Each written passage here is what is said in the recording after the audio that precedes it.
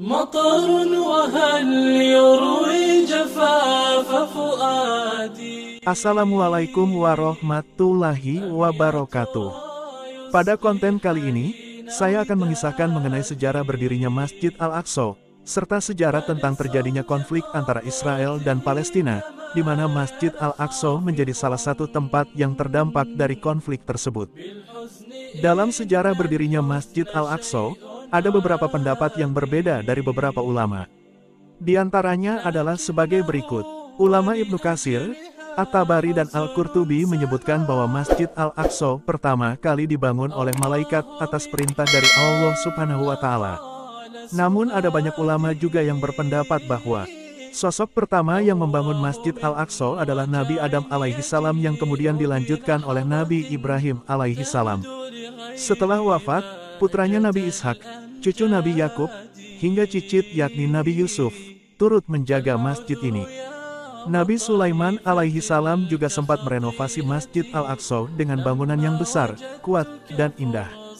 Namun, Masjid Al-Aqsa yang direnovasi Nabi Sulaiman mengalami kerusakan setelah 370 tahun, akibat diserbu bangsa Babilonia. Masjid Al-Aqsa sendiri berada di Kompleks Haram Al-Sharif, atau Temple Mount di kota tua Yerusalem. Kompleks suci ini adalah salah satu yang tertua di dunia setelah Masjidil Haram. Masjid Al-Aqsa memiliki makna yang sangat besar dalam tradisi keagamaan Islam serta sejarahnya. Masjid yang satu ini juga dikenal sebagai kiblat pertama umat Islam sebelum akhirnya berpindah ke Ka'bah di Mekah. Adapun nama daerah Al-Aqsa memiliki arti ganda dalam bahasa Arab. Pertama adalah yang terjauh, merujuk pada jaraknya dari Mekah, dan juga tertinggi, mengacu pada statusnya di kalangan umat Islam. Berdasarkan situs Middle East Eye, Masjid Al-Qibli atau Masjid Kiblat atau juga yang kemudian disebut Masjid Al-Aqsa awalnya dibangun oleh Khalifah kedua Islam, Umar bin Khattab, setelah kedatangannya ke Yerusalem dan penaklukan Muslim di Levant. Dilansir dari The Times of Israel, tentara Muslim awalnya muncul di sekitar Yerusalem pada 637 Masehi. Saat itu yang bertanggung jawab atas Yerusalem adalah wakil pemerintah Bizantium, Patriark Sophronius dan pemimpin gereja Kristen. Sophronius disebut-sebut menolak menyerahkan Yerusalem meskipun banyak pasukan Muslim yang mengepung kota itu. Namun, ia hanya bersedia untuk menyerahkan Yerusalem jika Umar bin Khattab datang. Setelah mendapatkan permintaan tersebut, Umar bin Khattab pun segera meninggalkan Madinah dan pergi sendirian menuju Yerusalem dengan satu keledai bersama dengan satu orang pengikut yang turut mendampinginya. Setibanya di Yerusalem, Umar bin Khattab langsung disambut Sophronius dan diajak berkeliling kota, termasuk gereja makam suci. Ketika waktu sholat tiba, Sophronius mengajak Umar bin Khattab untuk melaksanakan sholat di dalam gereja. Namun, Umar menolak. Umar bin Khattab bersikeras bahwa jika ia melaksanakan sholat di gereja, umat Islam akan menggunakannya sebagai alasan untuk mengubah gereja menjadi masjid. Artinya, tindakan ini bisa membuat situs suci umat Kristen terampas. Sebagai gantinya, Umar bin Khattab akhirnya sholat di luar gereja, yakni lokasi yang berada di sisi selatan Kompleks Al-Aqsa. Di tempat itulah, kemudian Masjid Al-Aqsa dibangun. Masjid Al-Aqsa telah mengalami renovasi besar-besaran pada zaman Khalifah Umayyah Abd al-Malik dan putranya Al-Walid pertama. Pada periode khalifah tersebut berlangsung antara tahun 685 Masehi hingga 715 Masehi. Namun setelah Yerusalem dilanda gempa bumi pada tahun 746 Masehi, Al-Aqsa juga kemudian mengalami perubahan besar pada struktur pembangunannya. Pada tahun 780 Masehi, Khalifah Abbasiyah Al-Mahdi kemudian berhasil mengembalikan kejayaan masjid tersebut. Namun gempa bumi lain kembali menyebabkan kehancuran serius pada tahun 1033 yang mengharuskan Al-Aqsa kembali dibangun. Selama Perang Salib, Al-Aqsa diduduki oleh tentara salib Kristen mulai tahun 1099.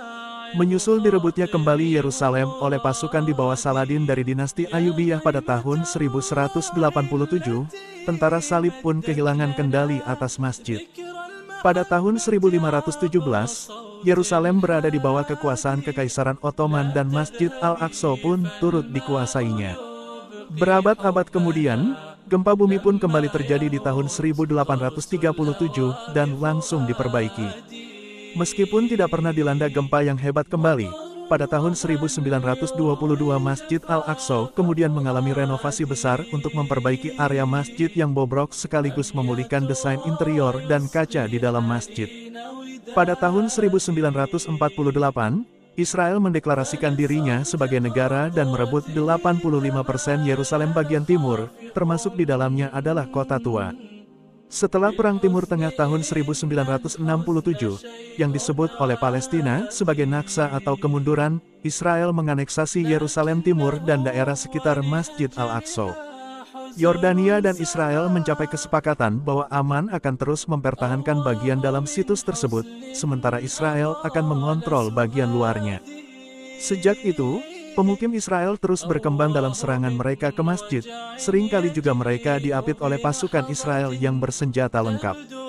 Setelah pendudukan tahun 1967, Israel memperketat kendalinya atas penduduk Palestina, dengan Al-Aqsa muncul sebagai simbol perlawanan Palestina. Sampai hari ini, Masjid Al-Aqsa terus dilindungi oleh warga Palestina sebagai tugas nasional. Sementara kehadiran Israel yang meningkat di sana, dipandang sebagai upaya untuk mengklaim kepemilikan negara dan agama atas situs tersebut, sekaligus menghapus sejarah dan budaya Palestina sendiri pada saat yang bersamaan.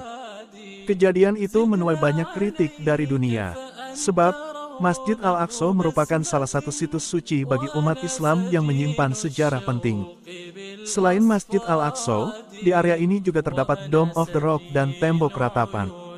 Dome of the Rock atau Baitul Maqdis adalah tempat yang menjadi pijakan Nabi Muhammad saat Isra Miraj atau menuju langit ketujuh atau disebut Sidratul Muntaha.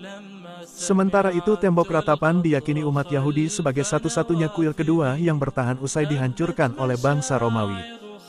Sekian kisah singkat mengenai sejarah berdirinya Masjid Al-Aqsa yang merupakan kiblat pertama untuk beribadah bagi umat Islam, serta konflik yang terjadi antara Palestina dan Israel. Wallahu a'lam bishawab. Nantikan konten-konten Islami menarik lainnya, hanya di channel Rentang Kisah.